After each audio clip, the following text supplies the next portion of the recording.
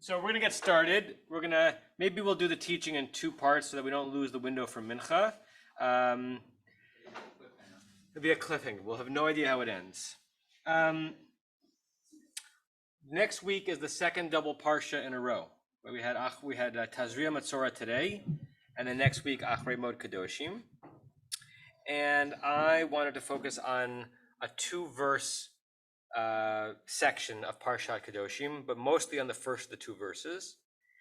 And I'm going to start out by saying that people rarely like to be reprimanded. Under almost all circumstances, right? It happens so often that we still don't like it, right? I think there are people who like to present themselves as if they don't mind reprimand. And I think there are people who are good at receiving reprimand. And I think there are people who are good at giving reprimand. I'm not sure there are a whole lot of people who actually like it. I think they might find a way to stay grounded and stay humble when receiving it. But it's not an easy thing either to receive the news that you're not acting as you should be acting. And I think it's not an easy thing to tell someone that they're not acting as they should be acting. And yet, as we're going to see in a second, it happens to be, hey Tom, it happens to be a core Jewish idea, but probably not in the way it's usually done. Meaning, usually the way reprimand is done in the Jewish tradition, in a shul community. Hi, Sean, is less than what the Torah had in mind. But let's start with it. There are more sheets up here. I'll put them on the table. 1 second.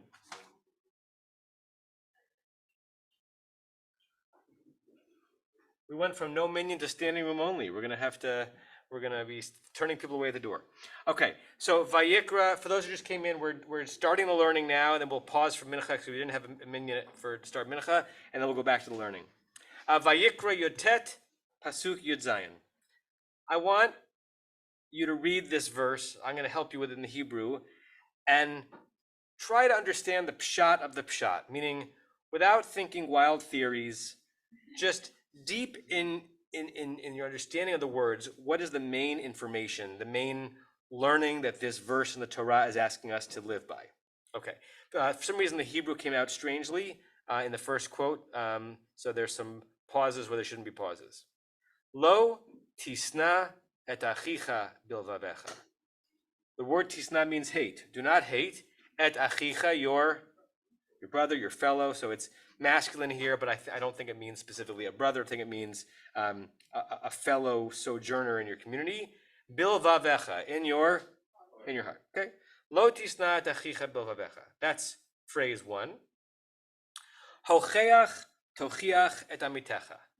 You have a verb doubled. When a verb is doubled like that, hocheach, tocheach, like the second paragraph of the Shema, ve'aya im shemoa tishma.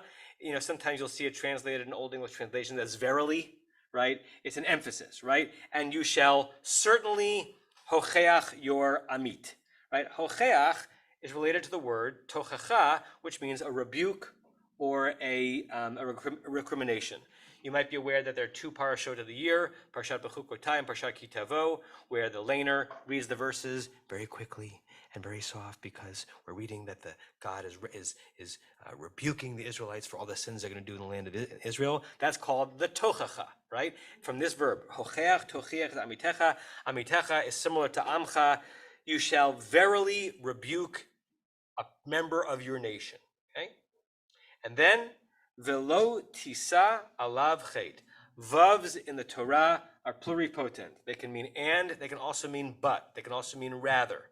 And it's unclear if this should be translated as rebuke your fellow and, kind of an implied therefore, don't bear any guilt on that person's account. Or it might be understood as a but. Rebuke your fellow, but don't bear any sin on his or her account. Lo tisa alav chet. Literally, don't carry upon that person a sin. Okay, there are 3 subclauses of this verse. They may just go ABC. They may go AB semicolon C. We don't know if the C is a doubling down of what you're not supposed to do, or is it somehow the result of doing B the wrong way? Let me ask you in the room, we should actually have a microphone going around. what do you think is the main information that should be understood from this verse? If you're speaking, speak into the mic. Who's speaking first? Who's got a thought? Everyone is put to sleep by the tuna fish. But that, okay, I'll repeat it, Sandra. Yeah. Okay. That rebuking your fellow somehow is related to not hating your brother. Okay, so the first thing Sandra said is maybe this is not just a random list. Maybe this is all of a theme. That somehow you might think the opposite. That rebuking someone is an expression of hate, right? If you yell at someone, in common parlance, that means that you don't have a high feeling about the person. But maybe by the Torah's linking together part A and part B of this three-part verse, don't hate your brother. One of the ways in which you show non-hatred towards your brother is putting him or her back on the right track, right? Don't feel so heavy about offering rebuke. It's an expression of the opposite of hate. And what is another word for articulating the opposite of hate? Love, right? Like it might even be the Torah's way of saying, how is it? Instead of saying, I don't hold hatred in my heart, and therefore I'm just not going to get involved. I'm not going to tell the person doing wrong. Since I don't have hatred in my heart for you, I need to tell you you're doing something wrong. That's my way of expressing to you that I don't hate you. If I hated you, I would let you continue in your wayward ways. But I don't hate you. Interesting possibility. What else do you tease out of this, Marshall?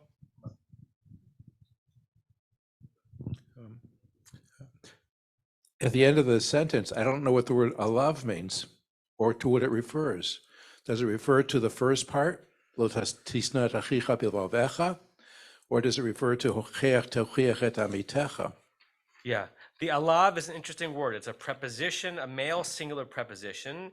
It seems to be related to this verb lo tisa, do not bear, something like on that person's account. That's how it's normally translated. That don't carry chait, don't carry sin because of that person. Is it because of what that person does, right? You might say, this is why some people translate it as an and, rebuke your fellow so that the person doesn't sin and you're carrying the responsibility because you got to stop the sinning, right? Rebuke them, and therefore you're not going to be responsible for that person's sin. But it can also be understood as a but. Yes, rebuke that person, but don't let somehow the rebuke end up on your shoulders as that person's sin. And we'll look at some of the commentaries in a second. Irv or Marshall? I saw Rabbi Tarfon saying what I agree with. I would be surprised if there's anyone in this generation who can receive rebuke. And Are you jumping ahead again? Did I do that? Are you jumping ahead? Did I give you permission for that? No, actually, it's Beshert that I would find that, because the second best-selling book after the Bible is How to Win Friends and Influence People.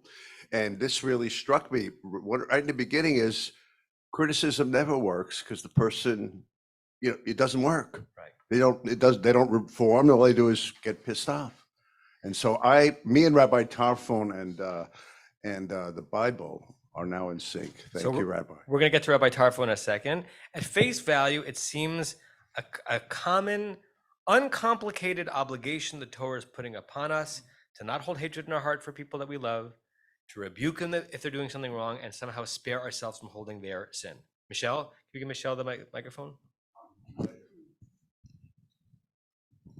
Well, I think what it's saying is that one way to not hate your brother is to rebuke them when you see them doing something wrong. Otherwise, you just carry around, you're mad and you're pissed off. But if you rebuke them, at least you vented and you've told them what you think. Correct. There's a scene, I grew up in the 80s, and so I grew up on all the John Hughes movies. There's a scene in Breakfast Club where the character played by Ali Sheedy, right? They're all going about all the things their parents do to them, right? So the character played by Judd Hirsch, like, he beats them up and he burns them, whatever. And Ali Sheedy is a very odd character. And they say, what do your parents do to you, right? And like, they hurt you? No, they yell at you? I'm not getting the exact language. And she says in a very emotional way, they ignore me, right? Like as if the worst thing you could do is not to be on someone's back and tell them doing something wrong, but to evince no care whatsoever, right? If you're not rebuking, it means you have no care about what that person does or doesn't do in his or her life. Yes, Marshall? when I said that I didn't understand the word alav, I trying to look at the way the sentence is put together, that after the word bilvavecha, there's an edach ta, which is a pausal form. But then we have hocheach tochir tamitecha lo tisa alav chet, which it seems to me is like a second part of the whole thing. And I thought maybe that the word alav really referred to ma'ases shel hochacha, an act of hochacha. That in the act of giving rebuke, don't bear guilt. Yeah. Yeah. So we're going to see a commentary in a bit that gets close to that. Let's look at the Talmud for a second. Was your hand up? Oh, Tom. By the time we get the microphone to you, but. Thank you. I was going to say I have a question, but not an answer about why it's a bilavav vecha. Why is it in your heart? Don't hate your brother in your heart. I mean, you could have the sentence without the heart. Correct. And so how does that change it? Perfect segue, as if you wrote Masechet Arachin. Now, we're looking at a piece of Talmud from Masechet Arachin. I'll tell you something very interesting. However much you all know about the Talmud, you know it's a very, very, very, very, very, very, very, very long book. I did a text study this morning on Parshat Tazria Matzorah. And in putting together the text, I came across, medieval sources, Talmudic sources, and I pulled a source that happened to be from Masechet Arachin on the same side of the same page as this on totally different topics. So I will be teaching from Masechet Arachin, page 16b, twice in one day on two different parshas on two different topics. Okay, Tanu Rabbanan, the rabbis taught. That's a technical term in the Talmud saying that the rabbis are invoking a source from the Tannaitic period, from the early rabbinic period, but a period that was a text that did not appear in the Mishnah. Lo tisna et achicha bilvavecha. What does it mean to say you shall not hate your fellow in your heart? Asking, well, it'll be clear that they're asking the same question Tom asked. Yachol lo yakenu. Yachol is a technical term. Yachol literally means able to, but what the Talmud means yachol is, could we possibly understand this verse to mean that you are not supposed to hit the person? Lo yastirenu. Yistarenu, or could it mean that we're not supposed to slap the person? Lo yikalkalenu, could it mean that you're not supposed to? It's hard to translate this. Likalkel means to ruin, some kind of like a physical ruining of the person. Meaning, am I supposed to understand that the only thing that I'm adjured not to do by this verse is not to express hatred? Because you can imagine that, right? Don't express hatred to a friend. But what is it? So meaning, and how would you express hatred? By being physical, by hurting them, by being mean to them. And the Talmud says, Talmud Lomar, the verse says, Bil vavecha, in your heart. Sin'a shebalev hakatuv medaber. The Torah is saying that, is he okay? Michelle's here, right? Yeah. No, it's fine. I just want to make sure it's okay. I'm not asking you to leave. I'm just making sure it's okay.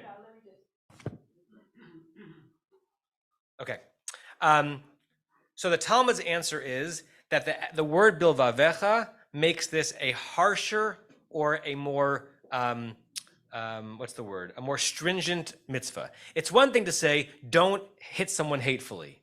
All right, so I hate the person, I'm not gonna act on it. No, bilvavecha. You're not even allowed to hold hatred in your heart. It is one of the very few places in Talmudic understanding of law that you can sin without an act. Right? In the same way, there are a few places where you can do a mitzvah without an act, right? V'ahavta et Adonai Elohecha, right? Love the Lord your God. What's the act of love? Well, some people say that the rest of the V'ahavta tells you the act of love is putting on tefillin. The act of love is kissing the mezuzah. But the notion of commanding a feeling is an interesting thing because it's hard to legislate a feeling. Here, it's legislating not to have a feeling, right? Don't think of pink elephants. Don't hate your brother. Very hard to do. I would like to think that most of us, most of the time, are pretty good at not acting hatefully. Most of us fail every day in some way in the obligation to not feel hatred. Very hard to do. Okay, look at the next source, and I think after the next source we'll pause for mincha because I don't want to miss the opportunity to do mincha. This is just later on on that page. Minayin lero'eh b'chavero. By the way, this is a very Talmudic way of understanding it. They're trying to make sense of each phrase and subphrase so that nothing goes to waste, right? Every phrase meant something in determining what the law was. Minayin lero'eh b'chavero davar meguneh shechayav l'chochicho. How do we know that if you see in your friend something unseemly, it doesn't mean that they like something physical unseemly, like they're doing something or they're saying something that shouldn't be said, that you are obligated to rebuke that person? Shnei amar, from our verse. It says, Hocheach tochiach, you shall verily rebuke them. Hochicho velo kibel. Let's say I told the person, stop doing that. And they didn't listen. They didn't pay attention. Minayin sheyachzor v'yochichenu. How do I know that I'm supposed to come back and do it again? Talmud Lomar, because the verse says tochiach. If the verse had just said hocheach, rebuke your fellow, I would have said the obligation is do it once and you've absolved yourself. But because it's that word verily I used before, because it says hocheach tochiach, if I notice that Eric is doing something wrong, he never does anything wrong, and I tell him he's doing something wrong and he doesn't pay attention, I have a religious obligation to tell him at least one more time, because the Torah says to me hocheach tochiach. Don't stop at hocheach. You have to try it a second time. Mikol makol, in every situation. Yachol afilu mishtanim panav. Very interesting phrase. And I translated it directly without telling you what I think the phrase means, because I want to see if you can figure it out. Is it possible that I'm supposed to keep going and rebuking him and rebuking him and rebuking him, even though he's not receiving, until the point mishtanim panav, that his face changes? What does that mean? What do you think it means? That should I keep rebuking the person until their face changes? Don't think so. Humiliate, right? So if the doubling of hocheach tochiach means I can't get away with just telling someone they did something wrong once, but keep doing it, do I keep doing it? Do I keep doing it? If they get red in the face, if they're still not changing but they're being humiliated, this is where the end of the verse comes in. Talmud Loma, the verse tells you, lo tisa alav chet. Don't bear guilt for the way in which you rebuked him. That's different than don't bear guilt by not rebuking him. Yes, you're obligated to rebuke the person, but if in the process of rebuking the person, you become the ugly thing, you become the unseemly thing, you have switched roles, and you are the sinner. That always happens, but also, look at the very last sentence that you wrote. Do not bear sin because of that. So it's not rebuking someone because, on a minor thing, it's a major thing you're rebuking them for, Yeah. right? Yes. Do not bear sin. No, but this Talmud source is using this word sin in the other direction. It's at some point, if you rebuke so persistently and so aggressively, even though you say, hey, I'm doing what the Torah is telling me to do, they told me to rebuke. But if you do it in such a way that you now make the other person embarrassed, you're the sinner. You bear the sin, I've been guilty of that so many times. as we all have, right? Listen, human nature, society has changed a lot in 2,000 years, but human nature, not so much. So where we left off, we're in the middle of this Talmudic page in Masechet Arachin that's trying to make sense of each section of the verse in Parshat Kedoshim that says you're not supposed to hate your brother in your heart, and you shall rebuke that person, and you should not bear sin as a result of that person. Okay? So we got to the second source on the second paragraph on the second page, and that's where we'll pick up. Tanya, we have a Breita, we have another piece of material from the Tannaitic era. Amar Rabbi Tarfon, this is the one that Herb was saying before. Tamani ani, it's hard for me to believe. The root tama, taf memhe, means to wonder, but it's sort of like an incredulous wondering. It's hard for me to believe, I'd be surprised. Im yesh bador hazeh, if there's anyone in the entire generation, shemekabel tochacha, that receives rebuke. I don't think he's saying there's no one who actually hears it. I think he's saying there's no one who is able to receive it, right? Remember I began, for those who are here, that even people who say about themselves that they're comfortable about learning about the things they're doing wrong and they want to constantly be on a growth pattern, it's very hard to receive tochacha. Im amarlo, why would it be hard for someone to receive rebuke? Because if someone said to that person, Marlo, tol kesam mi bein einecha, tol, same root as nitilat yadayim. The word netila does not actually mean to wash. It means the taking of the hands. It's the drawing of the hands out of the water. In Hebrew grammar, if a root begins with a nun, sometimes the nun falls out in certain forms. So tol is the same as natal. Take out or remove the kesam. It's translated here sometimes as a splinter. It's the modern Hebrew word for a toothpick. You also might know it from an old Israeli camp song. Anyone know the word kesam? Haruach noshevet krira, nosif od kesam lamdura. A stick, like some kindling onto the bonfire. So if someone says to you, take that splinter from between your eyes, Amarlo, the person would say back to him, Tol kore mi bein einecha. You take out the beam between your eyes. Sandra, you're laughing because you're getting the joke, but what do you think is being said here? Why does this make rebuke impossible? Because since people can't take, they throw it back. They throw it back, and what's the difference between a splinter and a beam? Right, you're critiquing me that I missed Tzidkatcha, right? You don't even know it was Yom Kippur, right? It's that kind of thing, right? And if you look at Rashi down the second source, on the phrase kesam, splinter, It makes you defensive.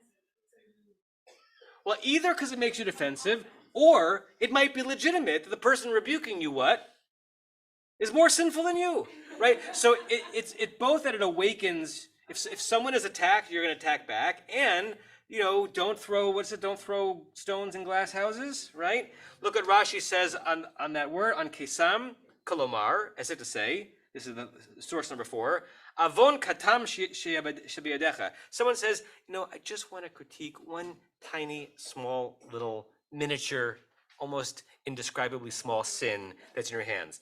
This one's going to say back to him, Ze omer, ze yachol lomar lo, tol ata avon gadol shebiyadecha. I will take care of my small sin after you have worked on all of your big sins. Which one of us would not put ourselves in the category of the second person? We always feel that we're going to be more righteous than the person who's possibly rebuking us. Hilkach, Rashi says something so interesting. Hilkach ein yicholin lehochiach shekulan chotin. He's basically saying it is impossible to do what the Torah commands us to do. It's impossible for there to be a system of rebuke because everyone sins. So on the one hand, since everyone sins, you would think, well, that everyone should be subject to rebuke. But because everyone is sinning, I'm aware that the person rebuking me is liable to rebuke. And so the whole system breaks down. Because bigger than the splinter is the beam, and bigger than the beam is something else. So Rabbi Tarfon says, this is really a beautiful verse. It's impossible to live by. Yeah. I think one of the fascinating things about this passage are the words "b'dor hazeh." So he's saying, I can't imagine anyone in this day and age being able to give or take rebuke appropriately. And I'm asking myself, is he being humble? Like, is he saying previous generations learned, but we can't? And how is it that he's a time-traveling rabbi? Because I would say that about our generation too.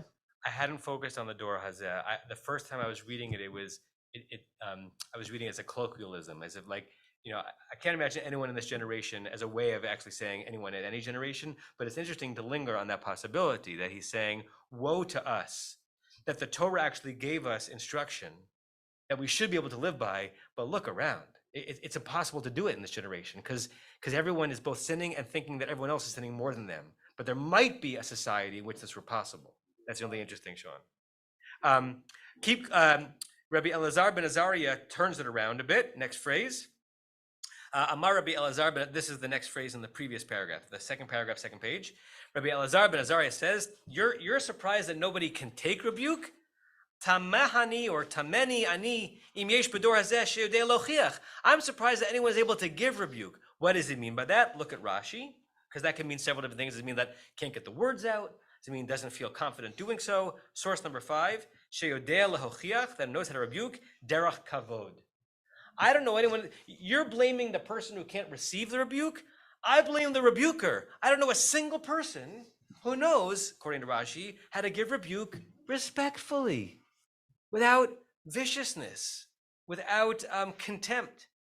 The couples therapist John Gottman talks about all different types of relationships and all different types of marriages that can be successful. There are lots of different types, but there are certain aspects in a relationship that if it becomes present, it becomes corrosive. And he says one of them is contempt. You're allowed to be angry. You're allowed to be upset. You're allowed to be disappointed. You're allowed to rebuke your partner. If it goes into contempt, game over. Right? Contempt is very hard to heal from. In a marriage, in a friendship, and in any relationship, right? So if you're giving rebuke in such a way that the person is hearing from you not a Torah desire to make your life more holy, but a holier than thou desire that comes off as contempt, it's not your fault for not receiving it, Rabbi Elazar ben Azari says. It's their fault for not giving it in the right way.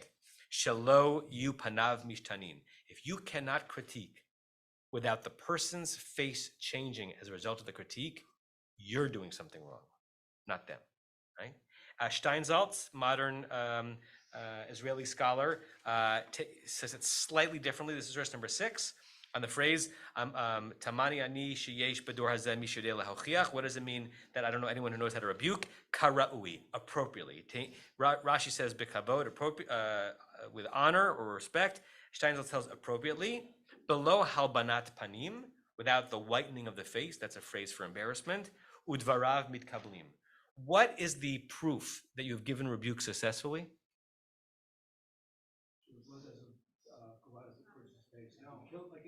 Right, and that the person took it. As someone who's respectfully rebuked many times, I say, I appreciate what you've told me.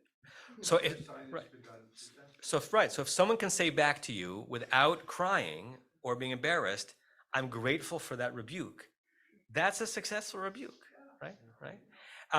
Sometimes, by the way, if you're really extra menschy, you try to say that even if the person didn't rebuke you respectfully.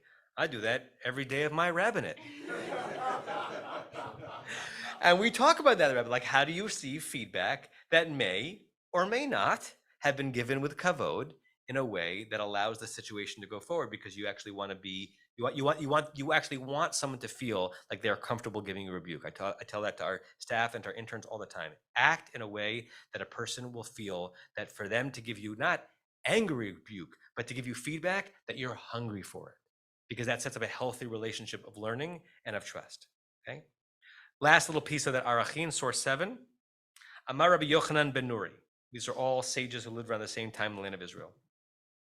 Me'ed ani alei shamayim. Shamayim ba'aretz.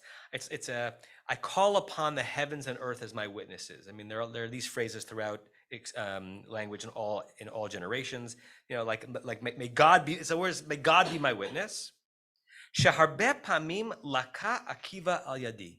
Many times Akiva, who as Rabbi Roth would say was no nachschlepper, Rabbi Akiva was a significant person. Many times he was, what does luka or laka mean? He was whipped.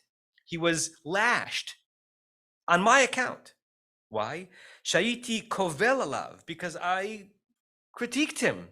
Lifnei Rabbi Shimon ben Gamliel. I told on him, I tattled. I told Rabbi Shimon ben Gamliel, your disciple Akiva is not acting the right way. Rabbi Shimon ben Gamliel brought him into his office. He told him what he was doing wrong. And either he was whipped because he violated a Torah law that's the punishment, or this is a way of saying that he was emasculated, or not even emasculated. He was taken to task by Rabbi Shimon ben Gamliel, right? So Rabbi Yochanan ben Nuri says, I admit it.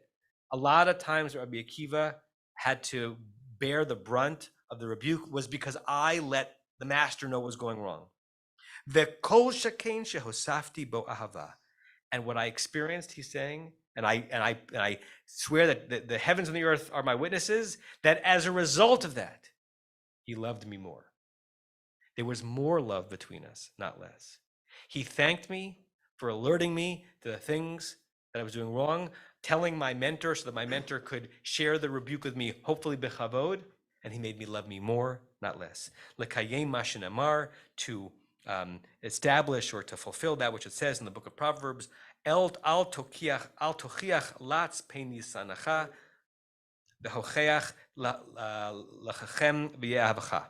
Do not rebuke a scorner because they're not going to take it, Rebuke a wise person and he will love you, right? So if you try to fulfill this mitzvah, if either side of the equation on this mitzvah is not in a category of scorner, then it's going to be a scornful rebuke. The person won't hear it, or the person's not willing to hear even good rebuke.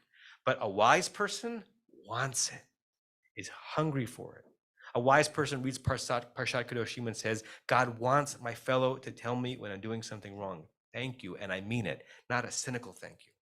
Which leads me, I started this shiur by saying I wanted to look at 2 verses. We want to look at 1 verse. The next verse, after this one that says, don't hate your brother in your heart, but rather rebuke him. The next verse is a very famous verse. In fact, it's a verse that Akiva, whom we spoke about before, said was klal gadol b'Torah, a great principle in the Torah. We normally quote the second half of the verse. The whole verse is interesting. Lo tikom, don't take vengeance. That's the root nikama, the nun is gone. Lo titor, don't bear a grudge et b'nei amecha, upon the people of your community. Why? V'ahavta l'reacha kamocha. Love your fellow like you love yourself. And then an interesting punctuation, ani Adonai. One of the ways in which I continue to be God in the world is by you having relationships with others, where you're open to rebuke and open to give them a rebuke. You do it b'chavod. You don't bear a grudge. You don't bear the person's sin either by not telling something they were doing something wrong or doing it so harshly that they embarrass themselves. And that if you love yourself enough to try to improve yourself, you should love your neighbor enough to have them be improved. And if you love yourself enough so as not want to embarrass yourself, then don't ever do that to a neighbor. There is a sort of platonic way in which this can happen, right? It's so rare, but the Torah is an aspirational document. The Torah is something for us to try to achieve, no matter how hard it is, because it is hard. And in that way, we all rise together. Shabbat shalom.